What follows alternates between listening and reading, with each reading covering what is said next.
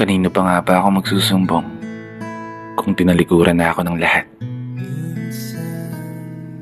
Alam mo, darating at darating talaga yung araw na mawawalan ka na ng gana. Yung pakiramdam na tila ba pagod na pagod ka kahit pa kakagising mo lang ng umaga.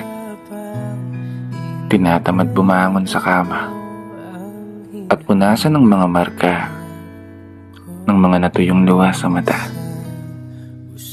Kasi ang hirap pag dumating ka sa punto na kailangan mo na lang sarilihin ng mga problema sa halip na ikwento o ibahagi sa iba. Harapin yung mga hamon, yung mga pagsubok ng nag-iisa. Mga panahong wala kang mapagsumbungan, kundi ang sarili mo lang talaga.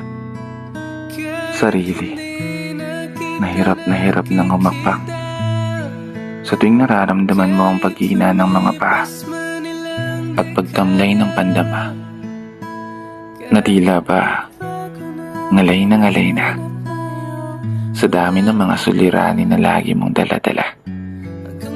Kanino pa nga ba ako dapat magsusumbong? Sino pa nga ba ang pwede kong matakbuhan? Kung sanay na rin naman akong sagipin ng sarili sa kawalan, na sa bandang uli, wala akong ibang aasahan kundi ang sarili ko lang. Kamukha ng pagsibol